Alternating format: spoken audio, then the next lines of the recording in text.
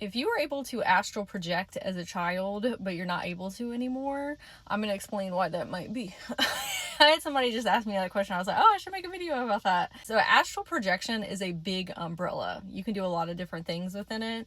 You can astral project to different locations here on Earth, astral project yourself through different points in history, through locations or events, or through the lenses of people who have lived throughout history. You can astral project into different dimensions with the unicorns, dragons, fairies. You can astral project into somebody else's body. I do that when I'm looking at people's physical health things that they have going on, whether that's going into their root chakra or their lungs or their gallbladder. That's medical intuitivism. You can astral project into different timelines where you're talking to your inner children or different incarnations. The reason that I see people get blocked up as an adult is they have a very dysregulated central nervous system. When that's happening and you're in fight, flight, freeze, or fawn, or you're very overstimulated, it shuts off your channel lines for you to be able to perceive into the astral and the etheric planes or the Akashic records, because you're in survival mode.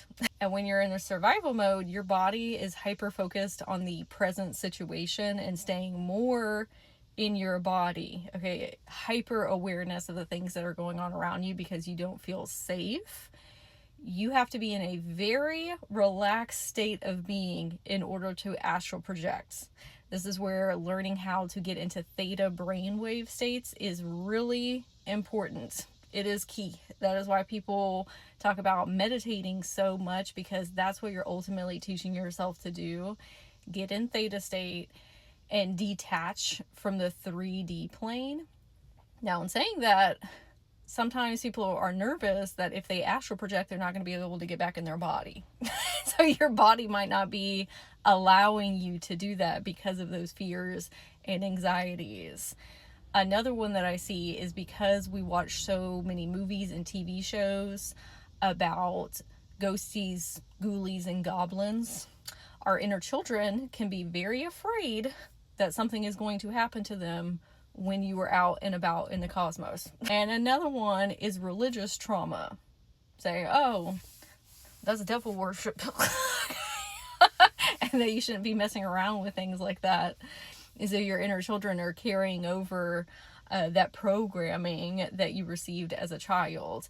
And especially if you have all of that going on, all of the points that I made, it can make it very difficult to get back into it. Each one of those things needs their own tools and techniques to work through. But I would say regulating your central nervous system for sure.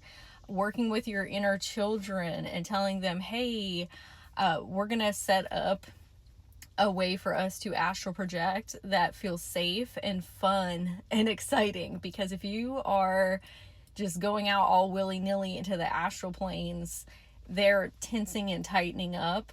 One, because they don't want to be lost, or they don't want something to happen to them. This is why it's important to take them on specific journeys to go see unicorns or dragons or fairies, something that feels safe for them.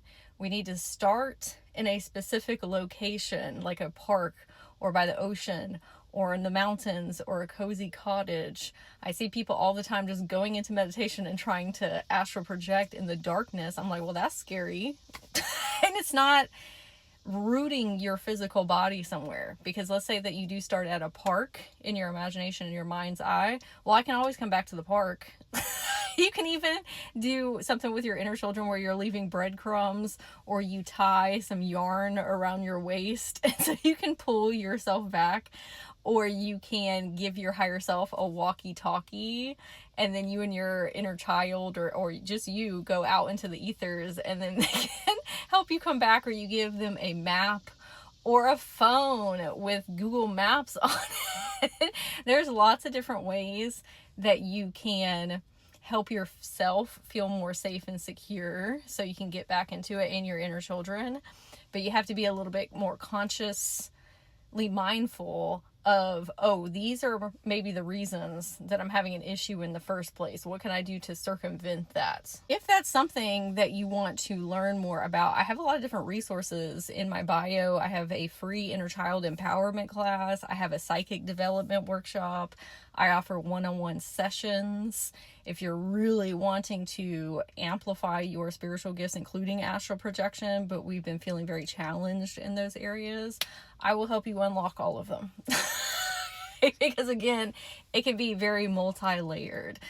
My suggestion, at least, would be regulating our central nervous system, learning how to get into theta brainwave states, connecting with your inner children and helping them see that it's a fun, magical adventure that y'all will be going on, starting in specific locations, giving them a way to tether back to where you first began, and going in with a specific intention instead of it just being general, because then there's too many variables and what ifs. Okay, if you have any more questions, I would love to hear them in the comments. Again, I have resources in my bio. I love you and your inner children so much, and I'm wishing you an absolutely magical day.